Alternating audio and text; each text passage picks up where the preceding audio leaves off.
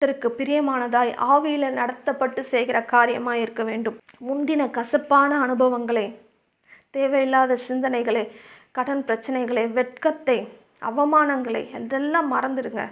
ஏகப்பட்ட அவமானம் பட்டிருக்கலாம், கஷ்டங்கள் பட்டிருக்கலாம், கசப்பான அனுபவங்கள் இருந்திருக்கலாம், அடிமைத்தனத்தில் கூட இருந்திருக்கலாம். அதெல்லாம் நினைக்காதீங்க. பூர்வமான அந்த எண்ணங்களை சிந்திக்காதீங்க. மாம்சத்தின் கிரியைகளை சிந்திக்காதீங்க. நீங்கள் யார்? உன் தகப்பன் யார்?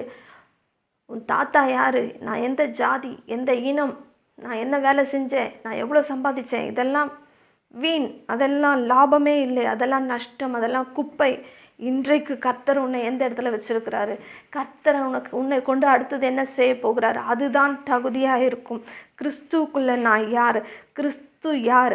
அவர் எனக்காக என்ன செய்திருக்கிறார்? அவர் எனக்காக ஒரு புதிய காரியத்தை ஏற்படுத்தி வைத்திருக்கிறார். அந்த புதிய காரியம் என்ன அப்படின்னு சொல்லி அதை நாடி தேடும்போது தான் அதுதான் உங்களுக்கு தகுதியாக இருக்கும்.